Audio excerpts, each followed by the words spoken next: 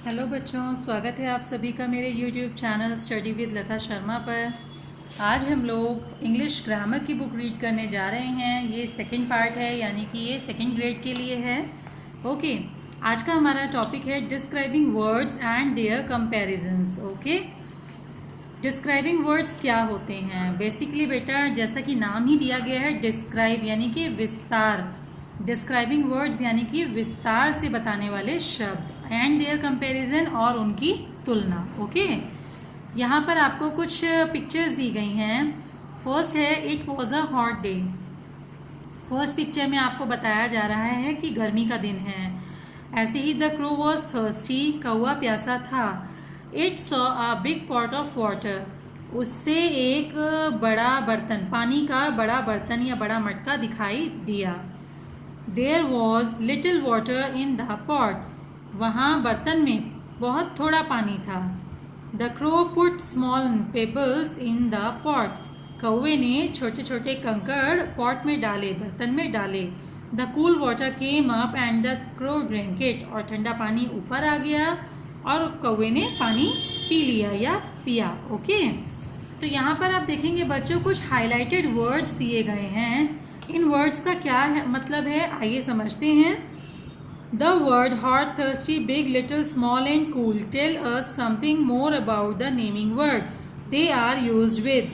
ये कह रहे हैं कि यहाँ पर जो नेमिंग वर्ड यूज़ किए गए हैं उनके पहले आपको ये हॉट, थर्स्टी, उनके साथ आपको ये हाईलाइटेड वर्ड लिख कर दिए गए हैं ना। तो ये हाईलाइटेड वर्ड हमें नेमिंग वर्ड्स के बारे में, उनके नाम या उनके अस्तित्व के अलावा कुछ एक्स्ट्रा भी जानकारी दे रहे हैं। एक्स्ट्रा जानकारी से मतलब है, जैसे कि यहाँ पर आपको एक्सप्लेन किया गया है, हॉट डे यानी कि डे है, दिन की बात हो रही है, मगर कैसा दिन? गरम दिन। तो गरम उनकी स्पेशलिटी, उनकी विशेषता है ना, जो हमें बता रहे हैं ये हाईलाइटेड वर्ड्स। ऐसे ही थर्स्टी, क्रो, क्रो मीन्स कौवा, ये नेमिंग वर्ड है। और कैसा कौवा? थर्स्टी, प्यासा कौवा। तो ये कौवे को डिस्क्राइब कर रहा है कि कौवा कैसा है? प्यासा। ऐसे ही big pot, little water, small pebbles, cool water. Okay, तो क्या कह रहे हैं ये आपसे? Such words are called describing words because they describe और tell more about naming word. इस तरह के जो ये शब्द हैं ये डिस्क्राइबिंग वर्ड्स होते हैं, विशेषता बताने वाले शब्द होते हैं।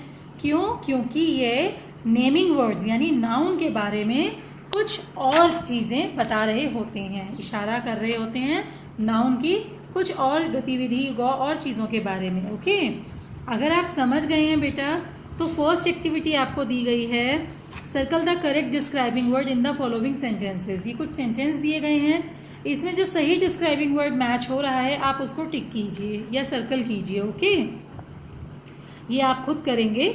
नेक्स्ट आपको दिया है describing words tell us the following things about naming word, कि डिस्क्राइबिंग वर्ड नेमिंग वर्ड के बारे में हमें ये कुछ बातें बताते हैं। कौन सी कुछ बातें बच्चों? जैसे कि कलर, शेप एंड साइज, वह हमें नेमिंग वर्ड का यानी कि नाउन का कलर, शेप और साइज बताते हैं। For example the Apple is red, तो एप्पल का कलर क्या बताया है आप देख सकते हैं।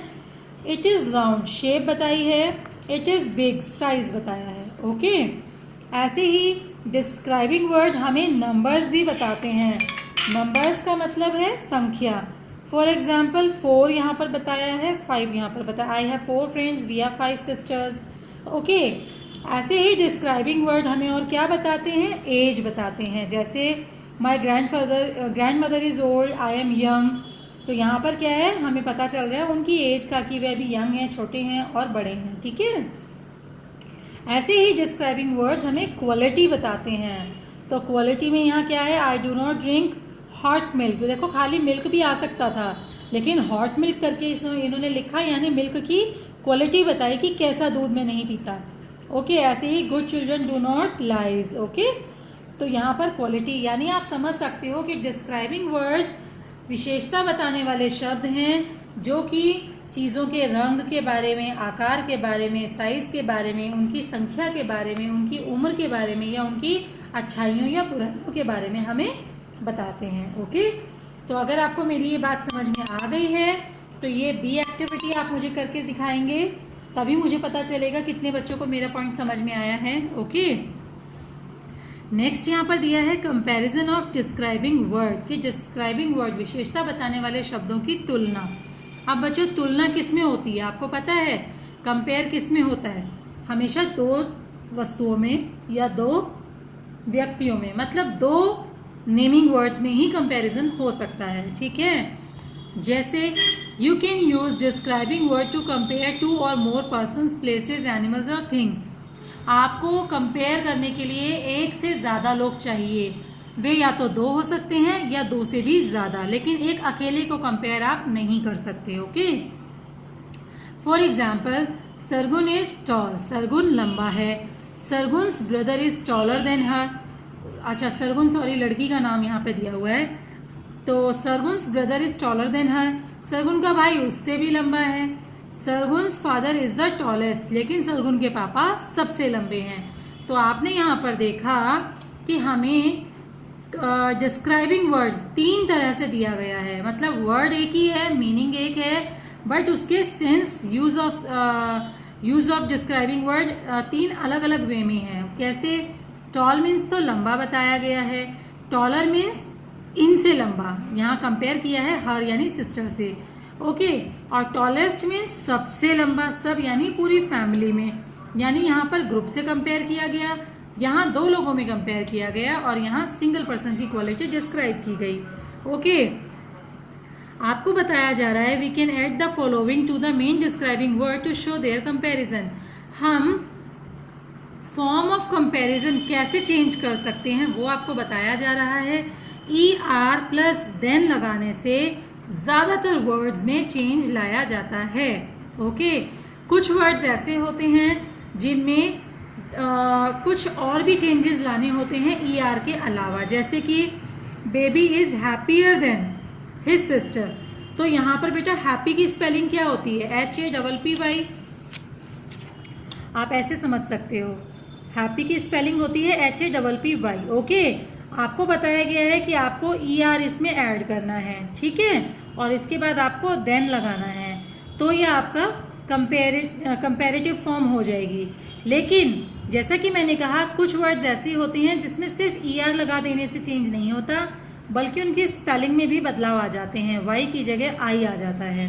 ठीक है, जैसा कि आपको यहाँ पर दिया गया है। ओके, नेक्स्ट क्या बता रहे हैं? More plus describing word plus than for some words when comparing two things. For example Alka is more intelligent than Chetan. Alka Chetan से ज़्यादा होशियार है।